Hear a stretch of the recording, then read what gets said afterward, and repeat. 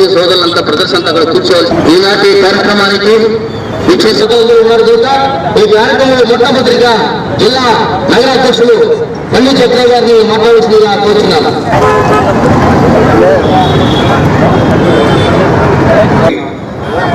మాజీ లోక్సభ స్పీకర్ అయినటువంటి వచ్చినప్పటి నుండి ఎవరు ఏకులు పెడతా వచ్చినారు. అంతేకాకుండా ఈ నోట్ల కోసం అని చెప్పిన క్యూలో నిలబడి బ్యాంకుల దగ్గర కానీ లేకపోతే ఏటీఎంల దగ్గర ఉద్యోగుల మాదిరిగా ఆనందపడుతున్నది. కావున స్పీకర్ల మహిళలందరూ కూడా చాలా ఇబ్బంది పడతారు. కాబట్టి ఖచ్చితంగా ఈ మద్యం గురించి కూడా ఆయన కొంచెము కేసు తీసుకోవాల్సిన అవసరం ఉందండి. ముఖ్యంగా మన జగ్జీవన్ రామ్ గారి మన ఉపకుమారైనటువంటి జగ్జీవన్ రామ్ గారి ప్రియకుమార్తె అయినటువంటి మీరా కుమారి గారిని బలపరుస్తూ మనందరం కూడా ముందుకు ఆమె అభిప్రాయాన్ని బలపరుస్తూ మనమందరం కూడా ముందుకు సాగాలని నేను కోరుకుంటున్నాను, తెలియజేస్తున్నాను. ప్రస్తుతం అందరికీ నమస్కారములు. ముఖ్య అతిథిగా Congress party minority chairman Shri Amit Khan గారు, ఇక మిగతా కాంగ్రెస్ పార్టీ కుటుంబ సభ్యులు, దయచేసి కాంగ్రెస్ కార్యకర్తలు ఈ కార్యక్రమానికి వచ్చిన వాళ్ళు ఈ సమావేశంలో కూర్చోవలసిందిగా వాళ్ళని కోరుతున్నాను. అక్కడ కొంతమంది మన రాయచూరు నుంచి వచ్చిన మహాపాష వాళ్ళంతా ఇక్కడ ఉన్నారు, ఇక్కడ వచ్చి కూర్చోమని చెప్తున్నాను. కొంతమంది టీ హోటళ్ళ దగ్గర ఉన్నారు, వాళ్ళని కూడా వచ్చి కూర్చోవలసిందిగా కోరుతున్నా. చేపట్టాం ఇక్కడ ఒక మంచి వ్యక్తి, సౌమ్యురాలు,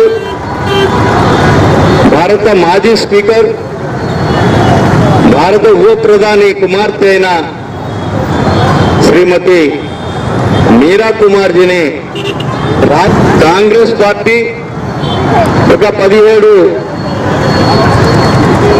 పార్టీలు బలపరుస్తూ ఆమె అభ్యర్థిత్వాన్ని ప్రకటించడం జరిగింది. మరి ఇటువంటి మంచి అభ్యర్థిని ఎన్నుకోవాలన్నా లేక మతతత్వ పార్టీ అయిన బీజేపీ, ఆర్ఎస్ఎస్ నాయకుడైన రామ్నాథ్ కోవింద్ ఎన్నుకోవాలన్నా? మొదటి నుంచి రామ్నాథ్ కోవింద్ ఆర్ఎస్ఎస్ లో పనిచేస్తూ దళితులను, ముస్లింలను వ్యతిరేకిస్తూ వారికి రిజర్వేషన్లు అవసరం లేదు అని చెప్పిన వ్యక్తి రామ్నాథ్ కోవింద్. బీజేపీ నిలబెట్టిన వ్యక్తి పూర్తిగా మతతత్వ పార్టీలకు చెందిన వ్యక్తి. మన భారతదేశంలో అందరూ సమానంగా ఉండాలని చెప్పి కోరుకోవడం జరుగుతుంటుంది. ప్రధానమంత్రి గారు మేము మోడీని అడుగుతున్నాం, దళితులను మేము నిలబెట్టామంటున్నారు. మరి ఈ 3 సంవత్సరాల్లో దళితుల మీద దాడులు జరిగితే, వారిని రకరకాలుగా హింసిస్తే మోడీ గారు మీరు ఏం చర్యలు తీసుకున్నారని మేము అడుగుతున్నాం. మైనార్టీల మీద దాడులు జరిగితే వారి మీద మీరు ఏం చర్యలు తీసుకున్నామని అడుగుతున్నాం. మరి ఇటువంటివన్నీ మీకు కనపడలేదా? ఈరోజు మేము ఒక మంచి వ్యక్తి కుమార్జీన రామ్నాథ్ కోవింద్న ఎవరు అనేది ఈ ప్రజలే నిర్ణయిస్తారు. ఇక మనం ముఖ్యంగా మన రాష్ట్రంలో 2 పార్టీలు ఉన్నాయి. ఒకటి అధికార పార్టీ అయిన తెలుగుదేశం, ఇంకోటి ప్రతిపక్ష పార్టీ అయిన వైఎస్ఆర్ పార్టీ. తెలుగుదేశం అంటే బీజేపీతో పొత్తు పెట్టుకుని ఉంది కాబట్టి మద్దతు ఇవ్వడం జరుగుతోంది. కానీ బేషరతుగా మన రాష్ట్రాన్ని తాకట్టు పెట్టడం జరిగింది తెలుగుదేశం పార్టీ అధ్యక్షుడు నారా చంద్రబాబు నాయుడు గారు. ఎందుకనంటే ఆయన తెలంగాణలో ఓటు కేసులో ఇరుక్కుని ఉన్నాడు. నేను మద్దతు ఇవ్వకపోతే నా కేసులో ఇరికిస్తారని చెప్పి ఆయనకు భయం. అందుకోసమే మనకు రాష్ట్రానికి రావాల్సిన ప్రత్యేక హోదా కానీ, పోలవరం ప్రాజెక్టు కానీ, ఇంకొకటి కానీ, మన కడపకు ఉక్కు పరిశ్రమ గురించి కానీ ఏది కూడా ఒక్క షరతు కూడా విధించకుండా బేషరతుగా ఆయన మద్దతు ఇవ్వడం జరుగుతోంది. ఇక వైఎస్ఆర్సీపీ పార్టీ అయితే క్యాండిడేట్ ఎవరైనా కానీ మేము మద్దతు ఇస్తామని చెప్పి మోడీ గారి దగ్గర పోయి మాట్లాడడం జరిగింది. మేము అడుగుతున్నాం, అయ్యా జగన్మోహన్ రెడ్డి గారు, మీరు దళితులు, మైనార్టీలు, క్రిస్టియన్ల ఓట్లతో మీరు గెలిచారు. రేపు మీరు ఓట్లు అడిగేదానికి వెళ్తారు, మీరు ఏ ముఖం తీసుకొని పోయి మళ్ళీ అడుగుతారయ్యా? ఎందుకంటే మతతత్వ పార్టీ అయిన బీజేపీకి మీరు మద్దతు ఇచ్చినారంటే తెలుగుదేశం పార్టీకి కూడా మీరు మద్దతు ఇచ్చినట్టే. మీరు తెలుగుదేశం పార్టీ మిలాఖత్ అయినట్టే.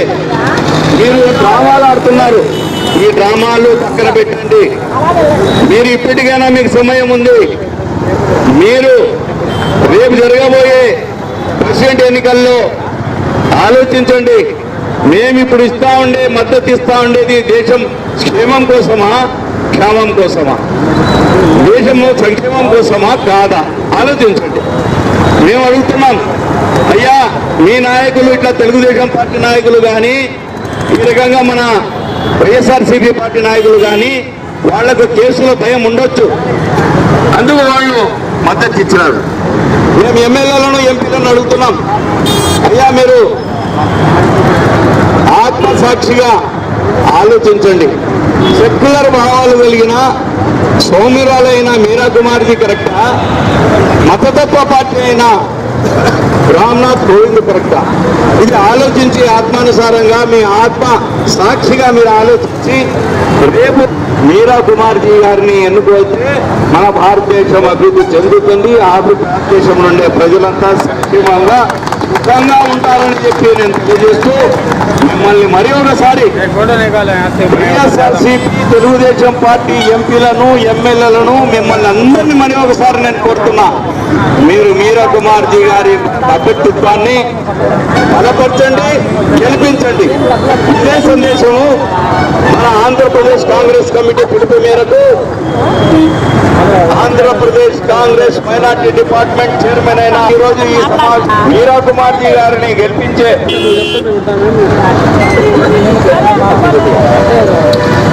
దిశగా మొత్తం రాష్ట్రమంతా పర్యటించాలని ఉద్దేశంతో ఉదయం అనంతపురం జిల్లాలో కార్యక్రమం చేసుకుని సాయంత్రానికి ఇక్కడ మన కడప జిల్లాకు రావడం జరిగింది.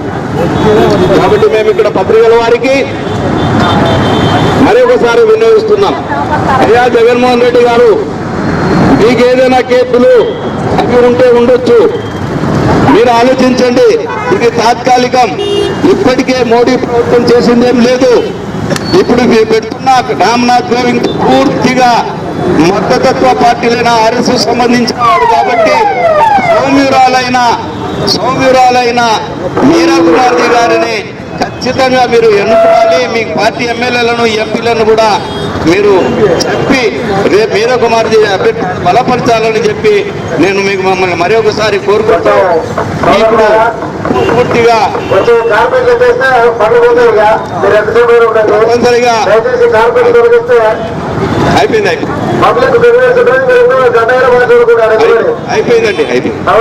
కాబట్టి మేము మరి ఒకసారి అందరికీ విన్నవిస్తూ నాకు ఇచ్చిన అవకాశాన్ని మీకందరికీ ధన్యవాదాలు తెలుపుకుంటూ, ముఖ్యంగా కడప జిల్లా కాంగ్రెస్ కమిటీ, నగర కాంగ్రెస్ కమిటీ తరఫున మన ఈ కార్యక్రమానికి చేసిన అహ్మద్ అలీ ఖాన్ గారికి మేము కృతజ్ఞతలు తెలుపుకుంటూ సెలవు తీసుకుంటున్నాం. మైనార్టీ అధ్యక్షుడు చంద్ర గారు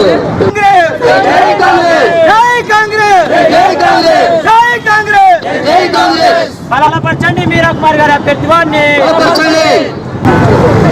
हिंदुस्तान में नया प्रेसिडेंट चुनने का एक इलेक्शन हो रहा है. इसमें यूपीए कांग्रेस पार्टी के साथ तमाम हिंदुस्तान में 17 अपोजिशन पार्टी साथ दे रहे हैं. इसके हमारे कैंडिडेट हैं मीरा कुमारी जी, जो पहले स्पीकर रह चुकी हैं, और बीजेपी की तरफ से, एनडीए की तरफ से रामनाथ कोविंद को प्रेसिडेंशियल कैंडिडेट की तरह उन्होंने डिक्लेयर किया है.